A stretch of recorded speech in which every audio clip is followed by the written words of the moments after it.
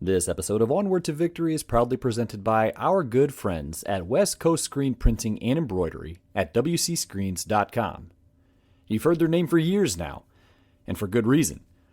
If you have needs with screen printing, embroidery, customized promotional items for your company, organization, or more, head over to wcscreens.com and get with my friend Tony and the rest of his team. They have nationwide shipping, wholesale pricing, and exemplary customer service. Not only are they big supporters of this podcast, but like you, they are also diehard fans of the Fighting Irish. Score a touchdown with wcscreens.com. And on with the show.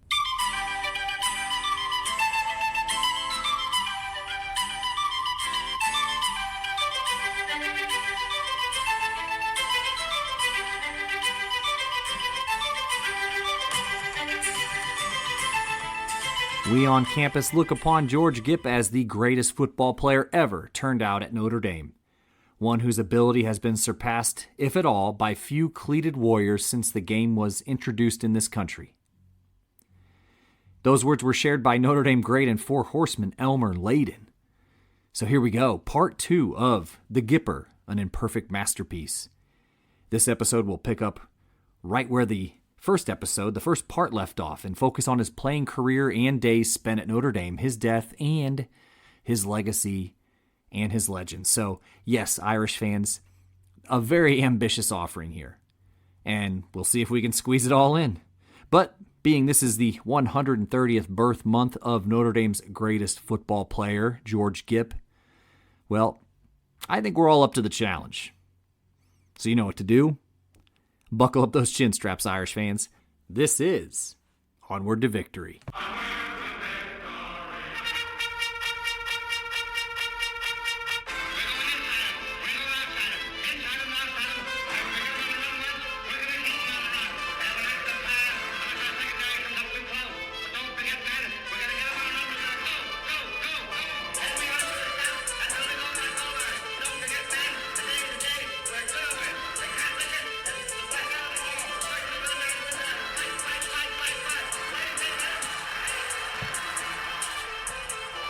Hello, Irish fans, and welcome to Onward to Victory, a Notre Dame football podcast.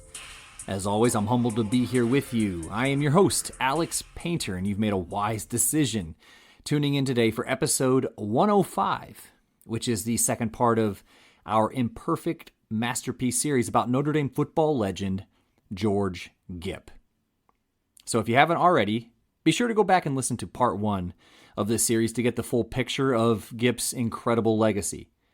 Last episode, I focused on Gipp's provenance, if you will, his upbringing, and most of the major events that got him to the University of Notre Dame, and to the point he was discovered on the practice field punting and drop-kicking footballs by assistant coach Knute Rockne.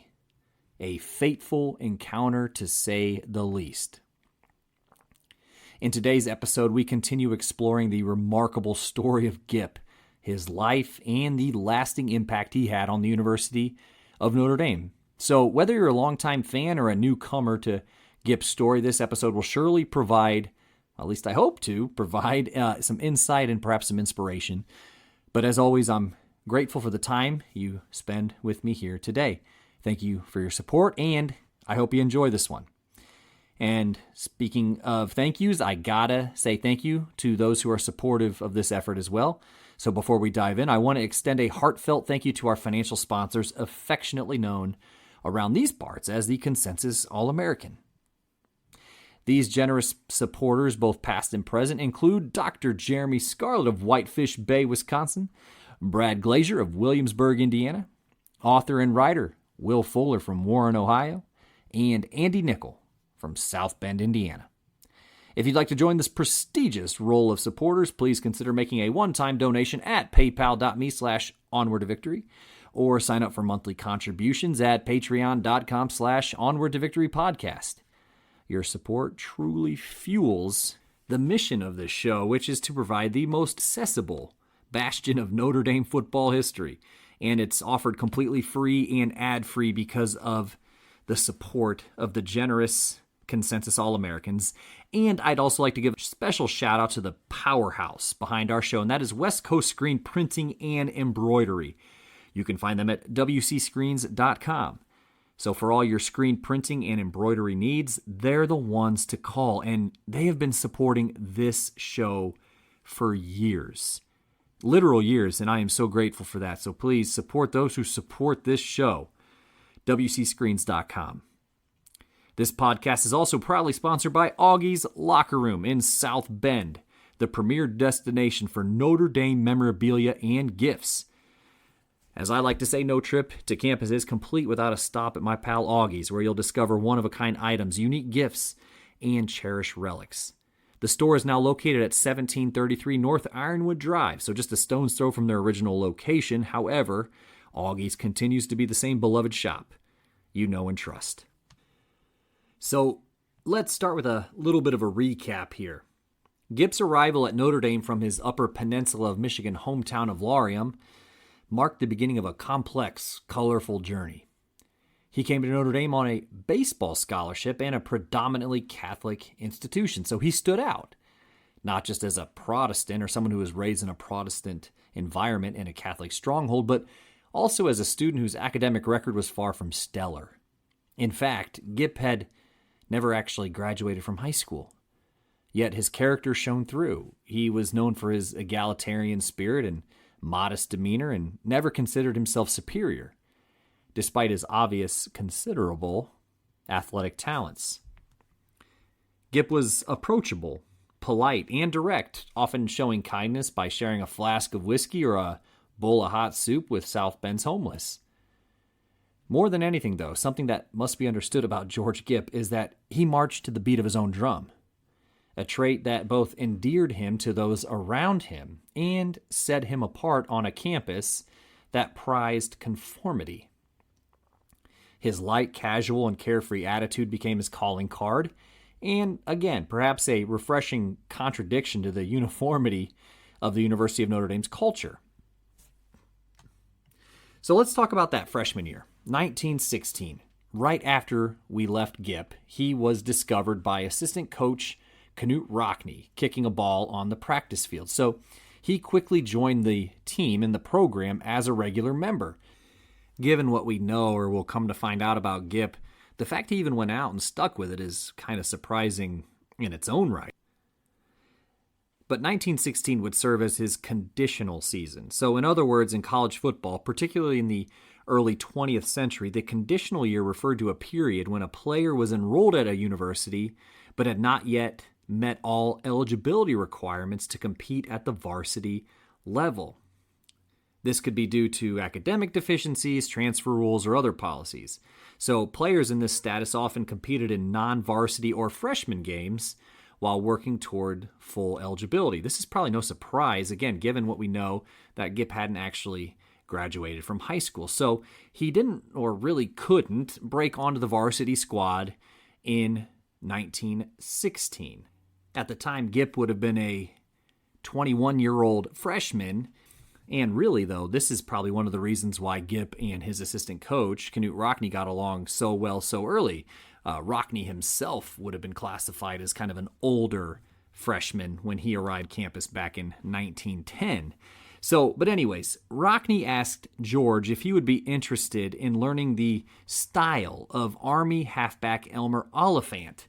So on November 4th, 1916, the Notre Dame varsity was scheduled to play Army. So Rockne asked if George would be interested in kind of learning the running style and again imitating Oliphant all week in practice for the scout team to get the varsity team ready. So in classic Gipp fashion, when Coach Rockne approached him with the idea, George reportedly said, "All right, if you think I could do any good."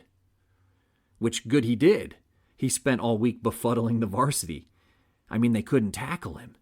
One long touchdown after another in practice, and Gipp had imitated Oliphant's veering running style even better than the Army halfback did it himself.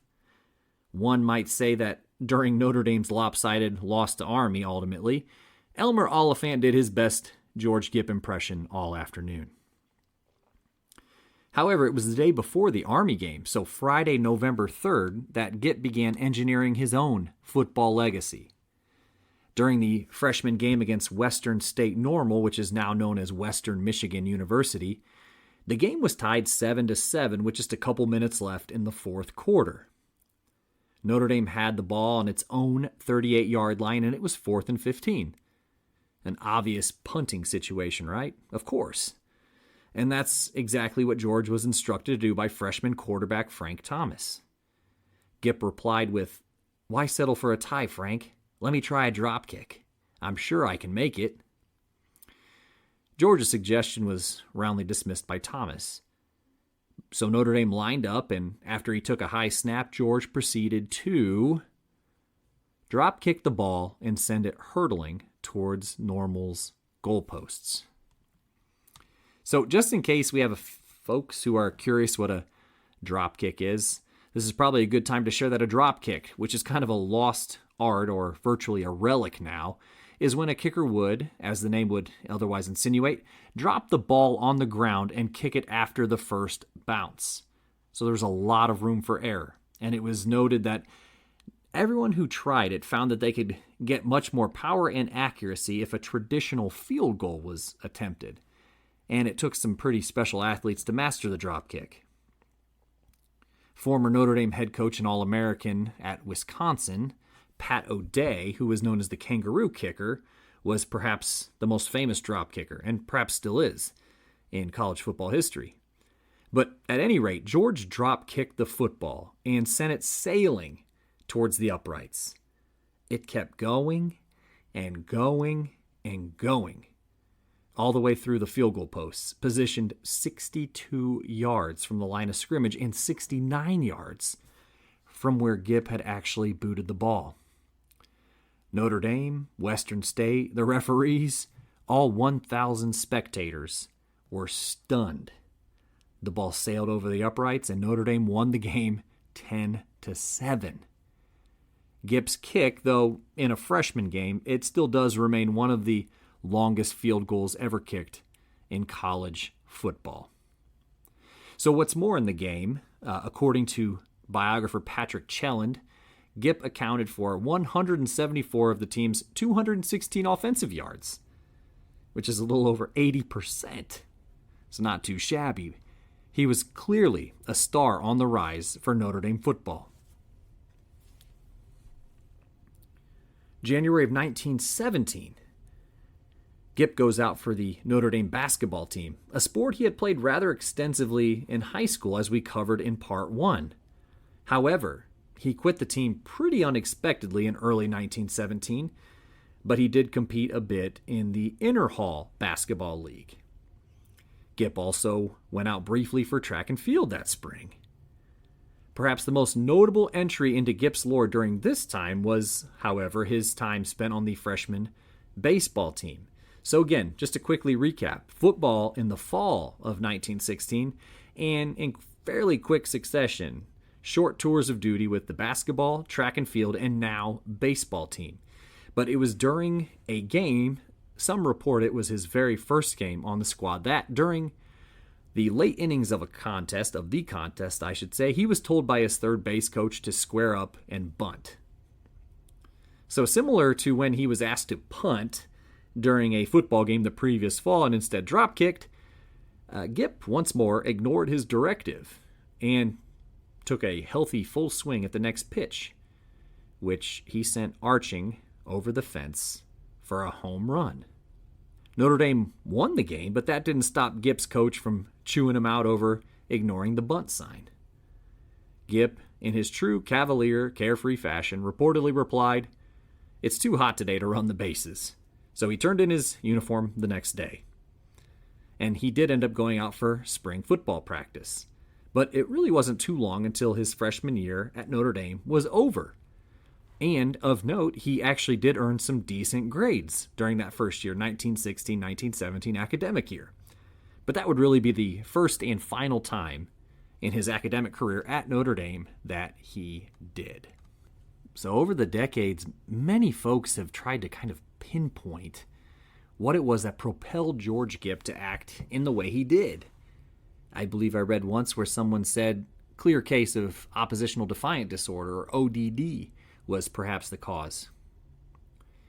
Personally, I just kind of believe that some individuals simply have a maverick, free-spirited personality, and sometimes far more than the average person, let's say. In such cases, these traits may be part of a non-pathological personality style rather than a clinical condition. By the way, I'm in no way qualified to dispense psychological insight. However, that is my opinion. George Gipp just kind of did what he did. So after his freshman year at Notre Dame, Gipp returned to Laurium, and he took on the role of center fielder for a local semi-professional baseball team. That summer of 1917, he faced another challenge when he was drafted to fight in what would later be known as World War I, then colloquially known as the Great War.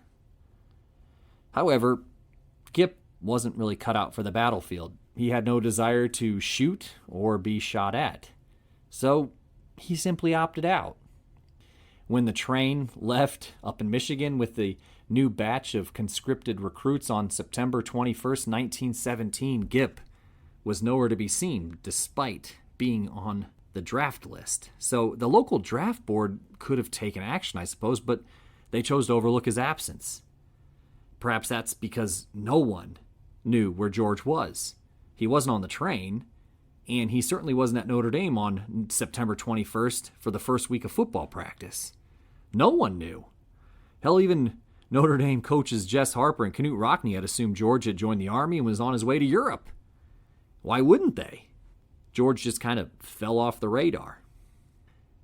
It was only after the first 2 games of the football season, the 1917 football season, a win over Kalamazoo and a tie to Wisconsin, that, guess who showed up in South Bend, completely out of the blue, on October 14th, 1917?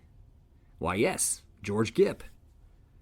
So George missed the first 2 games of the season, and he played the next 4, where he accumulated over 60 carries fairly quickly. So it looked like he was going to be the focal point of the offense moving forward.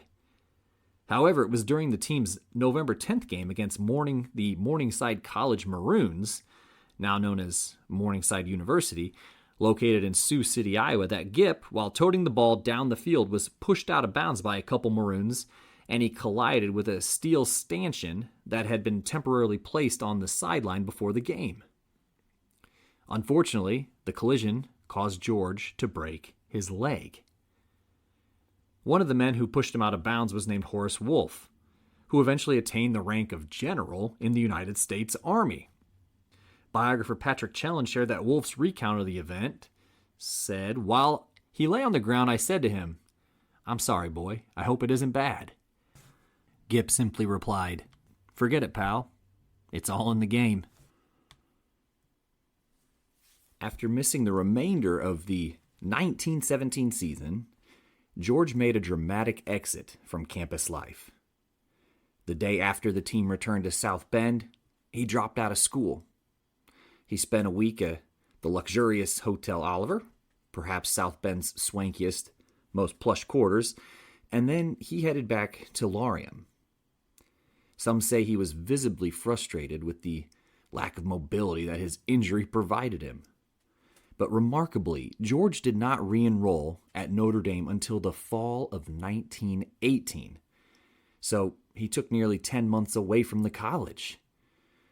Some say he waited until he learned the football team had a new head coach, Knute Rockne, whose arrival promised a fresh start and perhaps a rejuvenated interest in the opportunities on the gridiron for Gipp. But it was during this time away that Coach Rockne wrote George multiple times to persuade him to return. So 10 months again, he is away from campus, and upon his return, George's relationship with Coach Rockne became something of a turning point in his athletic career. Coach Rockne, who was of course very shrewd, he recognized George's raw talent and kind of decided to put up with his sometimes irreverent seeming or free-spirited nature, and he made it his priority to keep the rebellious yet gifted athlete on campus and playing football. This mentorship proved transformative as George's football prowess began to shine during the shortened 1918 season, or I should say, continued to shine. But the 1918 season was hampered by both World War I and a subsequent outbreak of the Spanish flu, which was just simply horrific. But the season only consisted of 6 games, and none were played during the month of October.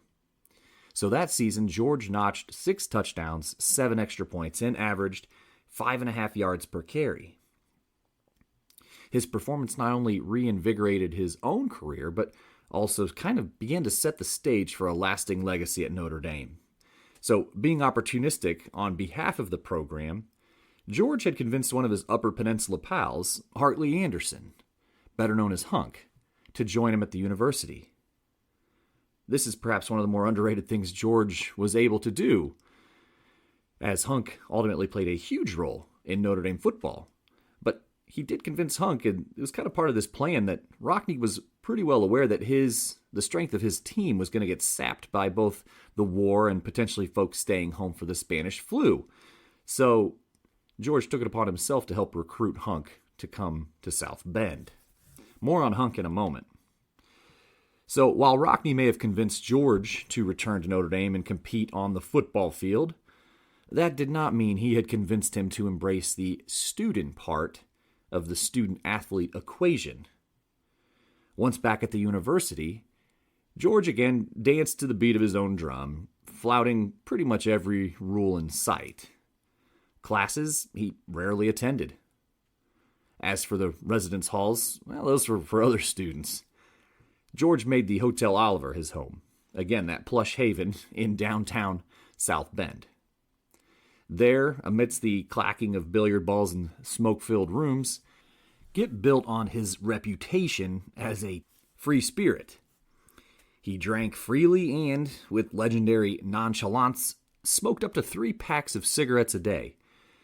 Sleep was a luxury he seldom indulged in, and he'd often spend entire nights gambling and playing billiards, of which he was incredibly skilled at both. But he frequented not just South Bend, but also neighboring Elkhart, Indiana, and he even took some road trips here and there to Chicago. Despite his nonconformity, George was pretty much respected or adored by everyone. He became the undisputed toast of the town, an irrepressible and lovable local celebrity whose charm, rebelliousness, and wild exploits captivated the hearts of South Bend. Gipp also frequented another South Bend favorite to play billiards. It was called Hully and Mike's. Hully and Mike's was also located in downtown South Bend, but the establishment was run by a couple of Notre Dame boosters and, frankly, was kind of a pivotal meeting place during this time for Coach Rockne and others. It was kind of the de facto headquarters of Notre Dame football off campus, but it is reputed that billiards players from all over the region, and even again, some as far away as Chicago, would come to South Bend to take on George. So it wasn't just him hitting the road to find competition. They'd find him. But after long binges or benders of pool playing, he'd sometimes return to campus, hand off a few $100s to his roommate and pal, Hunk Anderson, and ask him to stick it in a trunk for safekeeping. Just to keep this one in mind, let's say George returned with $400 one night. In 2025, adjusted for inflation, we are talking over $6,000. The money in the trunk anecdote comes by way of John Kavanaugh's book on the Gipper. Yet, despite this, unclean living, I guess, by George, he continued to truly shine on the football field, and 1919 is when he really began making a name for himself, not just regionally or across the state, but nationally. It was during that 1919 campaign that he dazzled with 7 touchdowns, an average of 6.9 yards per carry, and a 57% completion rate as a passer. 57% was virtually unheard of at this time. And he also picked 3 passes off on defense. So, an electrifying performance by Gipp helped propel the Irish to a perfect 9-0 record during the 1919 season, and they were actually named national championship status by some selectors. However, once more his off-field antics in his academic life belied his athletic excellence and painted a contrasting picture. In the spring of 1920, his chronic absence from classes, which was an ongoing habit since at least 1917, led to his expulsion from the University of Notre Dame. This was huge news on campus and around the city of South Bend, and, frankly, the world of college football. His academic record was famously sparse, and one memorable anecdote from the 1919 Notre Dame-Nebraska game captured his irreverence for academics when he was asked by the Nebraska coach which courses he had taken at Notre Dame, to which Gipp cheekily replied, "Plumbing."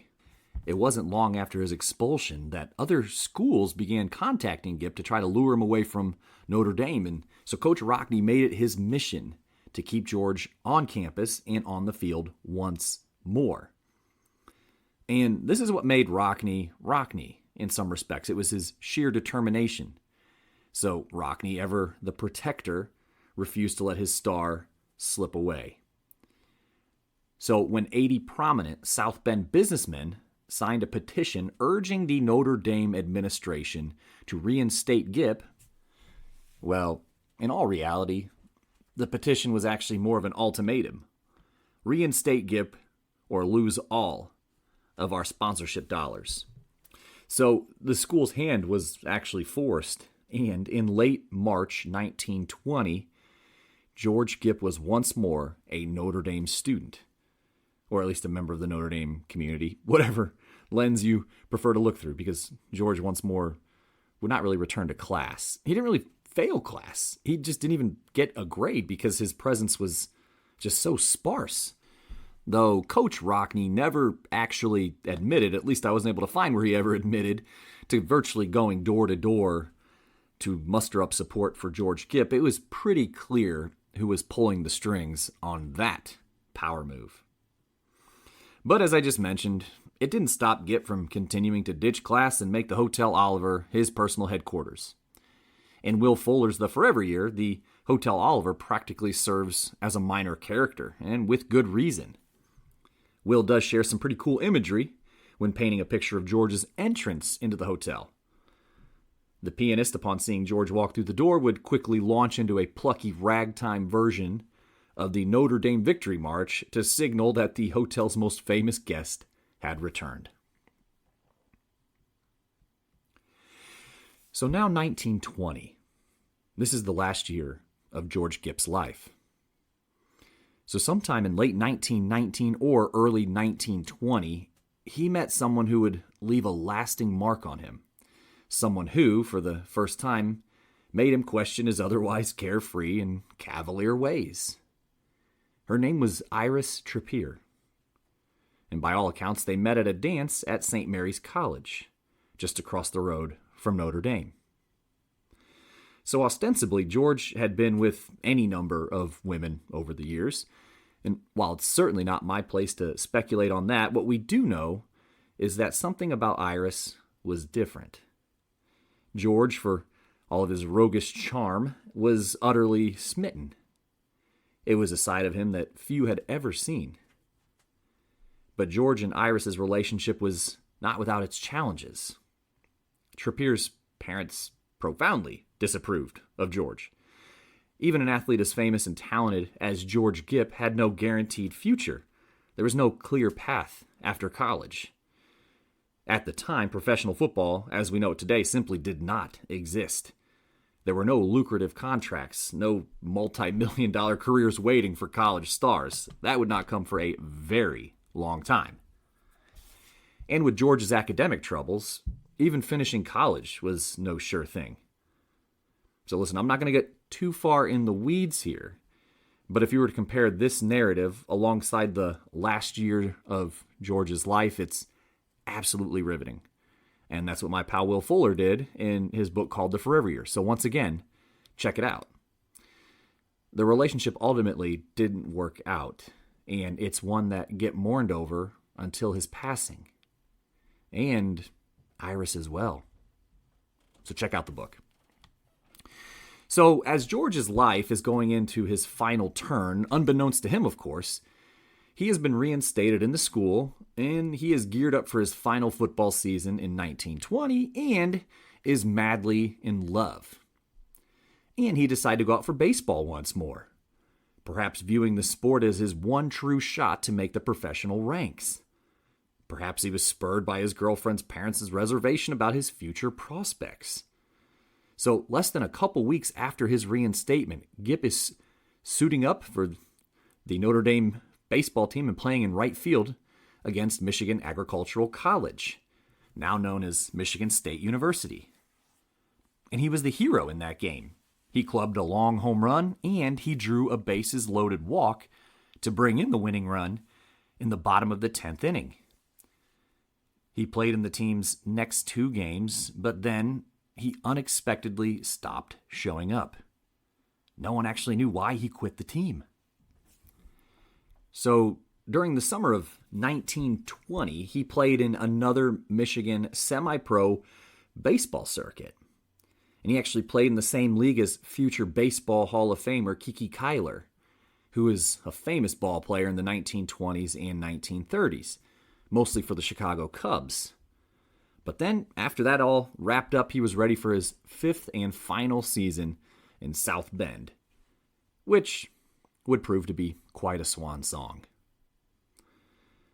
However, the summer before his senior year, George found himself battling a bout of tonsillitis.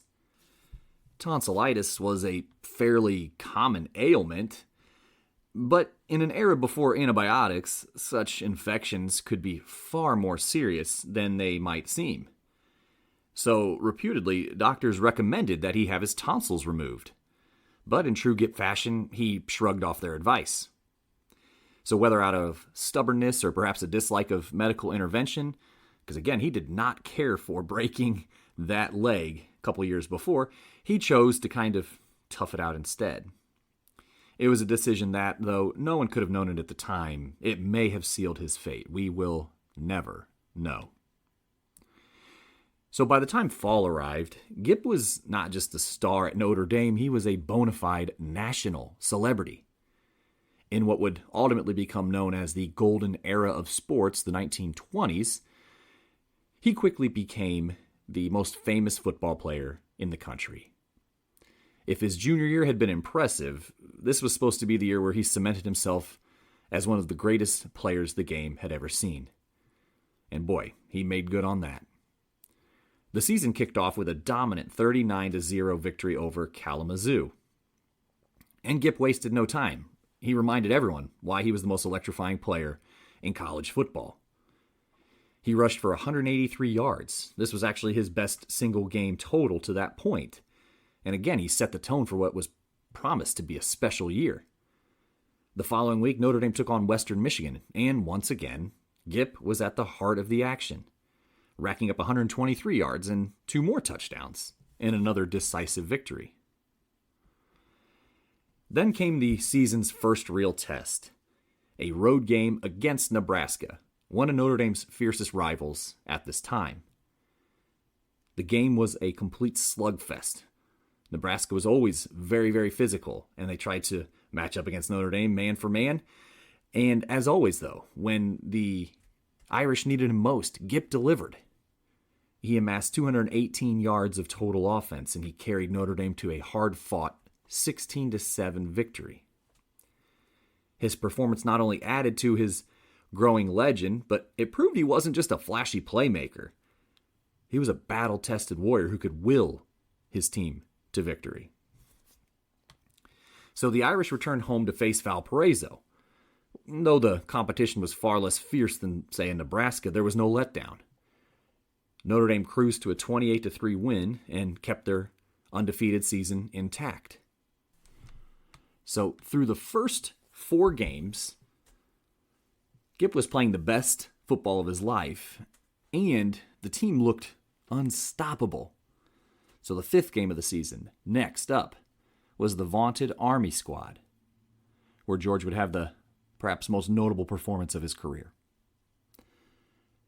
The 1920 Notre Dame Army clash was at West Point's Plain, and was more than just a game. It was a showdown on enemy turf. There were about 10,000 seats in the stadium, and it was projected that only 5% of them were occupied by Irish fans. So the odds were stacked against Rockne's squad. Sports writers flooded the press box, eager to see if Notre Dame could pull off the upset. When asked how they could possibly win, they being Notre Dame, famed sports writer Ring Lardner quipped, "Notre Dame has one signal. Pass the ball to George Gipp and let him use his own judgment." So under the clear skies and perfect football weather, Gipp put on a pregame show. He effortlessly drop-kicked footballs through both sets of uprights. He would kind of kick through one set of uprights, and then he would do a little 180, and he'd just do it through the other set of uprights. It was like a pregame exhibition, if you will. But this even earned cheers from the Army cadets who were in the stands watching. So the game itself was billed as a duel between two superstars, Gipp for Notre Dame and Army's Walter French, who was a future Major League Baseball player. And the first half lived up to that hype. French's 40-yard run set up an early Army touchdown, but Gipp answered with a long kickoff return, a 23-yard rush, and a 25-yard pass to Roger Kiley, which set up Johnny Mohart's short touchdown strike to tie the game at 7-7. Then Gipp took over again, returning a punt 57 yards, where he hit Kiley once more for a 38-yard touchdown strike, giving Notre Dame the lead 14-7. So it was then at this time that Walter French kind of gave the proverbial "not on my watch," and he countered with a dazzling 60-yard punt return for a touchdown, and once more the game was tied at 14. So as halftime neared, Army edged ahead 17-14 after a gutsy Gipp gamble went awry. So he ignored Rockne's orders, and he called for a fake punt from his own end zone. An unheard move in 1920, but only Kiley knew of the plan. So Gipp faked the punt and launched an absolutely perfect pass. Army had completely fallen for the fake, and Roger Kiley was streaking down the field wide open, where he reputedly dropped the only pass of his career. The Notre Dame defense kind of stiffened up around the goal line, and Army had to settle for a field goal. So Army took a 17-14 lead into the locker room at halftime, and Rockne was fuming. He fumed on the sidelines after the fake punt. But in the press box, Grantland Rice, who just a mere 4 years later would pen some of the most famous words in sports journalism, he sensed what was coming. "He's something really special," he told Lardner. "I think he's just getting started," Lardner replied. So in the locker room at halftime, Coach Rockne ripped into the guys. No doubt questioned their toughness, their manhood, all the above. I mean, he was pissed off.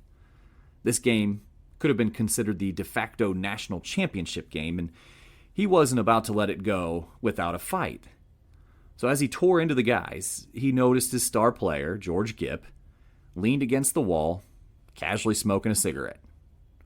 So, still sore over the ill-advised fake punt, he turned to eviscerate George.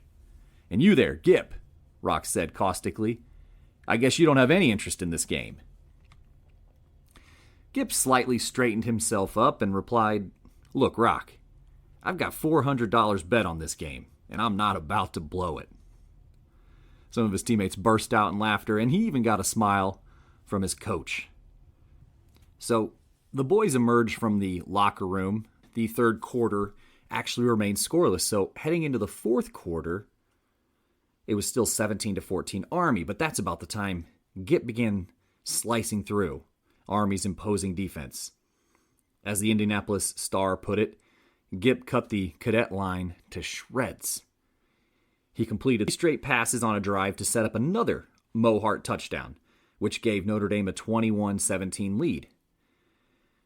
The subsequent drive, he had a 40-yard punt return, and he orchestrated yet another scoring drive, which pushed the lead to 27-17.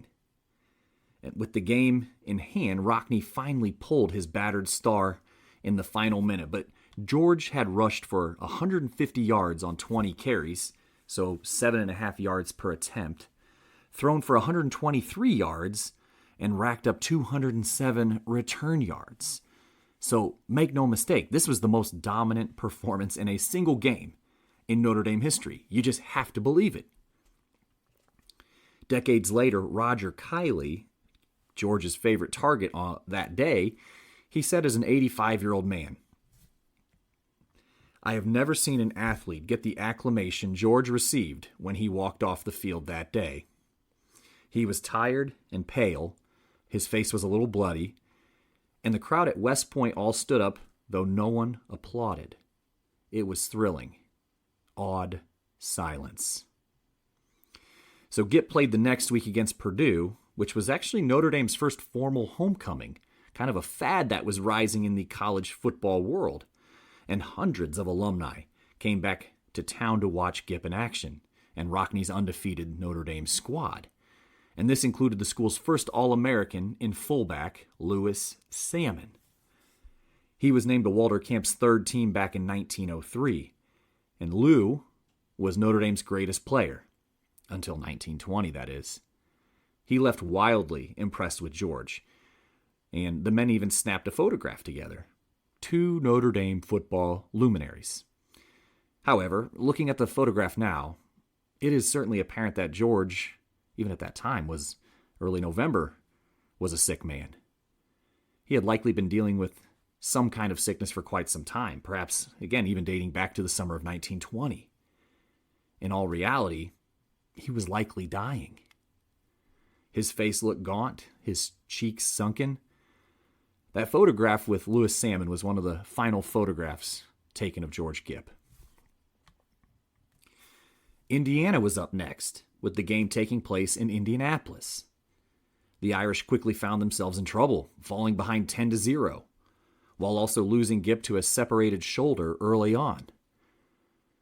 With the score still 10-0 entering the fourth quarter, Notre Dame's perfect season seemed in jeopardy. But Gipp, refusing to stay on the sideline, he insisted on returning to the field, and Rockne finally relented, and Gipp led the Irish to 2 late touchdowns, including a short touchdown run of his own. So Notre Dame escaped with a 13-10 comeback victory and improved their record to 7-0.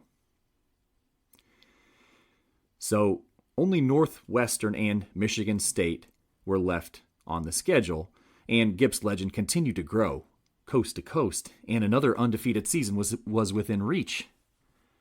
So a season high of 20,000 in the crowd braved the bitter cold in Evanston to watch Notre Dame take on Northwestern. Again, we are still talking mid to late November, and it was actually George Gipp Day at the stadium, and a number of Chicago-based Notre Dame alumni lined the stands. Rockne became overtly concerned about Gipp's health. His shoulder injury and this lingering sign of illness was worsening, and he was determined to keep his star off the field. Northwestern was not a great team, and Rockne did not want to insert George into the game when he was not really needed. But the crowd, again, the heavy Notre Dame crowd, who really would not have known of George's health woes, they had other ideas. Gipp, Gipp, Gipp, they chanted throughout the game. And the Irish already held a comfortable fourth quarter lead, but Gipp pleaded to play. He hadn't seen action yet that day. So finally, Rockne once more relented, and Gipp delivered in spectacular fashion. In short order, he threw for 157 yards and 2 touchdowns. But yet his declining condition was so obvious, so much so, that on a late kick return, Northwestern's tacklers reportedly brought him down as gently as possible, and Notre Dame cruised to a 33-7 victory. It was George Gipp's final football game. So on the Monday following the Northwestern game, George confided in close friend and teammate Hunk Anderson. "I feel awful, Hunk," he admitted. "My throat feels like it's on fire, and I think I have a fever."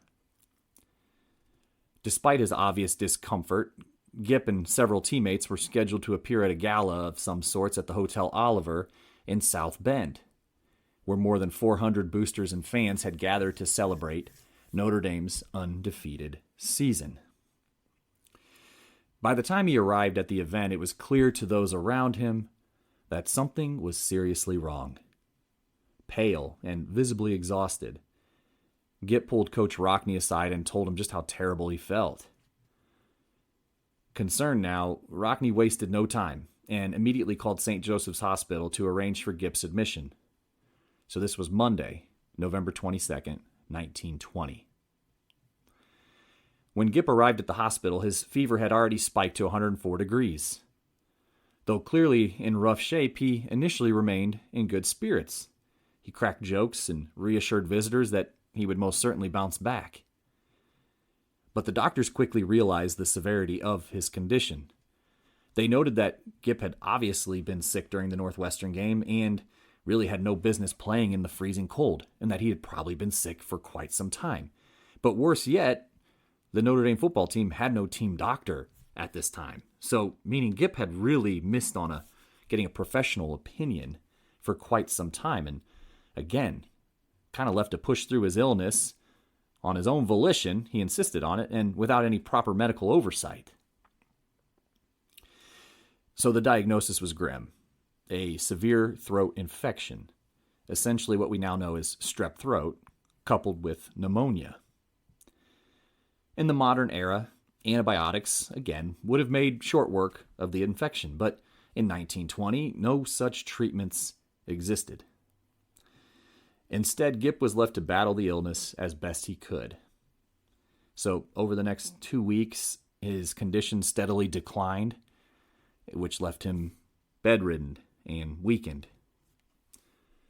As November turned into December, family members made the long journey from Michigan's Upper Peninsula to South Bend, hoping for a chance to see George. The hospital room, which was once filled with optimism, took on a somber tone as it became clear that, again, he was not improving. Still, amidst the growing despair, one piece of good news did reach Gipp's bedside. He had been named a first-team All-American on Walter Camp's prestigious list. He was the first Notre Dame football player ever to receive such an honor as the first team. When Rockne delivered the news, George's response was simple and understated, in keeping with his personality. "That's Jake with me," he said. Kind of 1920s slang for, "That's cool." Hunk Anderson later recalled one of his last conversations with his friend. By then, Gipp had lost nearly 40 pounds, his frame gaunt and frail. With a quiet acceptance, he turned to Hunk and said, "I don't think I'm going to make it, Hunk, but thanks for everything." By Monday, December 13th, Gipp had been in the hospital for 3 weeks, and he was slipping in and out of consciousness, his body succumbing to the illness. It was around this time that one of the most famous exchanges in college football history, whether fact or legend, reportedly took place. According to the story, Coach Knute Rockne, standing by his star player's bedside for the final time, said softly, "It's tough to go." Gipp, ever resilient, supposedly mustered the strength to respond. "I've got no complaint. I've got to go, Rock. It's all right. I'm not afraid. Sometime, Rock, when the team's up against it and the breaks are beating the boys, tell them to go in there with all they've got and win just one for the Gipper. I don't know where I'll be then, Rock, but I'll know about it, and I'll be happy." Whether the moment unfolded exactly as history remembers, or whether it was later polished into legend, is a matter of debate. But what is certain is that George Gipp's name and his final rallying cry would live on far beyond that hospital room. George Gipp died in the early morning of December 14th, 1920. He was 25 years old. His playing career had just ended only weeks before. And he was buried in Laurier, Michigan. He was then, and still is today, Notre Dame's greatest football player, without question. George Gipp's legacy endures as one of the most iconic figures in college football history. Though his life was tragically short, his impact on the game and on Notre Dame was truly immeasurable. His records stood for decades, and his style of play, a dazzling mix of power, finesse, and instinct, set the standard for generations of players who followed. In 1951, Gipp was posthumously inducted into the College Football Hall of Fame. His legend only grew a decade earlier in 1940 when Hollywood immortalized his story in Knute Rockne All-American, with Ronald Reagan famously portraying Gipp and delivering the now legendary "Win One for the Gipper" speech. Again, that phrase, whether fact or folklore, became a rallying cry for Notre Dame and an enduring symbol of perseverance and inspiration in sports and beyond. Today, George Gipp remains Notre Dame's greatest football player. I know it's been said multiple times during this two-part mini-series, but it stands to repeat over and over again. George Gipp is a hero whose name is spoken with reverence nearly a century after his final game. Over a century after his final game. His grave in Laurier, Michigan continues to be a pilgrimage site for fighting Irish fans and is a testament to his enduring influence. Though he left the world far too soon, again, his legacy lives on in every Notre Dame football player who takes the field, in every fan who cherishes the program's storied past, and in the spirit of never giving up, no matter the odds. Hey, that concludes part 2 of George Gipp, an imperfect masterpiece.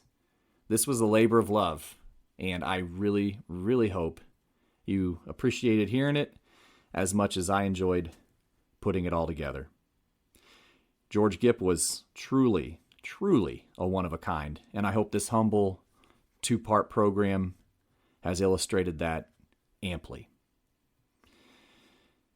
So, with that, I'm going to sign off. This has been Onward to Victory, a Notre Dame football podcast.